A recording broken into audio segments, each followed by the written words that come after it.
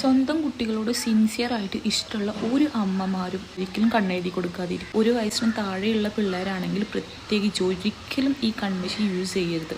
അപ്പോൾ പറയും കണ്ണെഴുതിയില്ലെങ്കിൽ കണ്ണിൻ്റെ ഐബോൾസ് പുറത്തേക്ക് തള്ളി വരും, അല്ലെങ്കിൽ പുരികം കറക്കില്ല, പുരികം നന്നായി വരണമെങ്കിൽ കൺമഷി എഴുതണം. ഐലാഷ് ആണെങ്കിലും ഐബ്രോസ് ആണെങ്കിലും വരുന്നത് ജെനറ്റിക് പരമായിട്ട് വരുന്ന ഒന്നാണ്. എന്ന് പറഞ്ഞാൽ ഐബോൾസ് പുറത്തേക്ക് തള്ളി വരിക.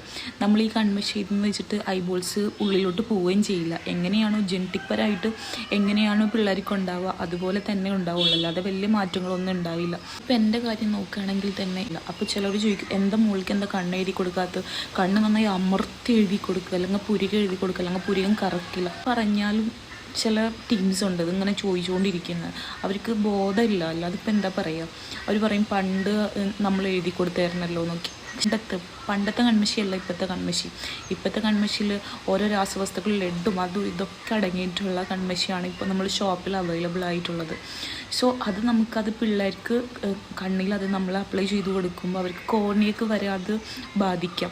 ഭാവിയിൽ അത് ഭയങ്കര ഒരു പ്രശ്നമായിട്ട് നമുക്ക് കണ്ണ് എഴുതി കൊടുത്ത ബേബീസിന് ഫ്യൂച്ചറിൽ എന്തായാലും എന്തെങ്കിലും കണ്ണിന് അലർജിയോ ചൊറിച്ചലോ കണ്ണിന് വെള്ളം വരലോ ഒക്കെ ഉണ്ടാവുന്നുള്ളത് 100% ഷുവറാണ്. സോ എല്ലാ അമ്മമാരും ശ്രദ്ധിക്കുക.